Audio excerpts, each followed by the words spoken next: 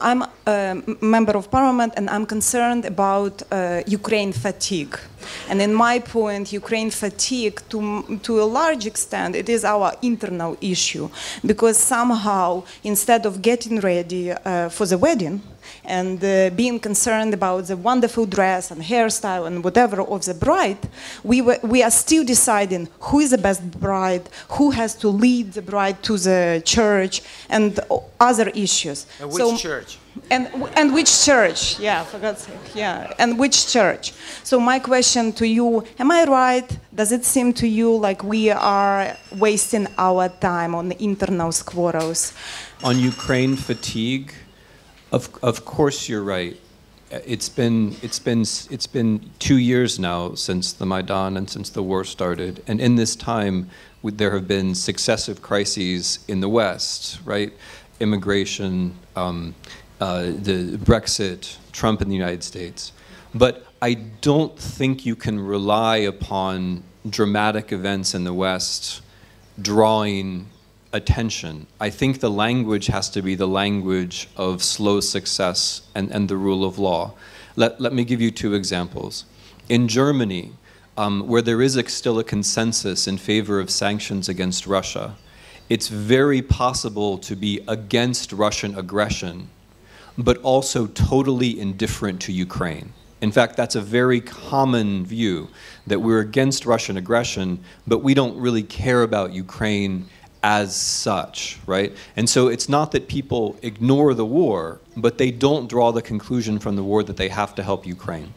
Second example, the referendum in the Netherlands.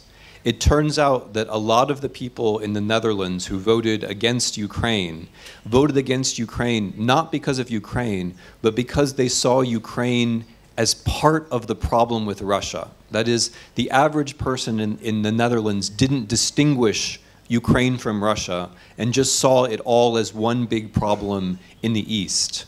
So the fact which is so important here, that Russia invaded Ukraine, had no significance in the Netherlands. From the point of view of the voters, it was just one big mess out there in the East. So the key thing for both the political elites and for the common voter is that Ukraine be seen as part of the solution and not as part of the problem. That's the language. When I talk to elites, whether they're business elites or political elites, the question is always not how is the war going. The question is always how is the rule of law going, right? That is the question. If Ukraine can make the conversation about how we are part of the solution rather than part of the problem, then Ukraine can win. So I think you're right about fatigue, and I think we should we can't think it's time to generate a new crisis so we can get the attention of the West, right? God forbid, right?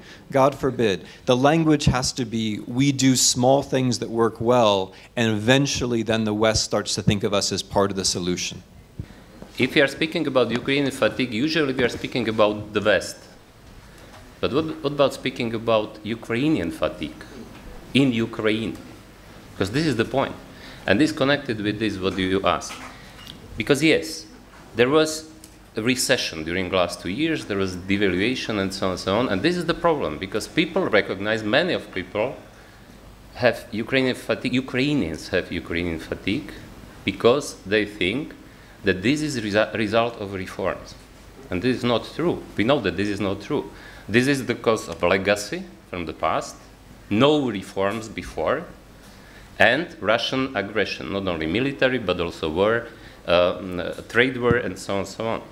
Which means, first point is, and that yes, it was a recession, situation is difficult, but not because reforms, but because lack of reforms. This is very important, because then people will understand and will support the reforms and will not turn against the reforms and to believe populists. Now question, if we can expect that it will be better. Yes, of course.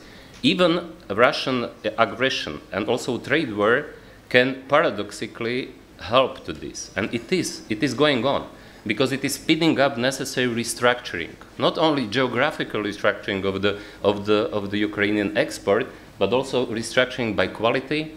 But of course, for this, it is necessary to have foreign direct investment, improve business environment, to open economy, and it's going on. Reorientation of the Ukrainian export during the last 2 years is one of the biggest positive achievements of the Ukrainian economy. And then potential for the growth. I'm convinced that if reforms will continue, Ukraine has huge potential for high and sustainable economic growth. And this is very positive, because Ukraine had relatively high economic growth between 2002, 2006 or 7, but it was not, because no reforms, because it was mostly because it was boom in the world and prices. But if Ukrainian economy will be restructured and changed by reforms, then it has chance for high and sustainable economic growth despite of the environment, external environment. And this is not theory, this is countries, because you have, also because this recession, devaluation, you have very cheap and qualified labor force, and this creates preconditions for to be very competitive in mass industrial production. And I can't see any obstacle for this if reforms will be done to repeat examples like, for instance, Slovakia. 25 years ago, Slovakia didn't produce any personal cars, only tanks and heavy military equipment. Now we are #1 in the world by producing personal cars because we did these reforms and we attracted investment, because we offered the same what Ukraine can offer, qualified, cheap labor force, which can be very competitive in global competition in mass industrial production. Which means, yes, I'm convinced.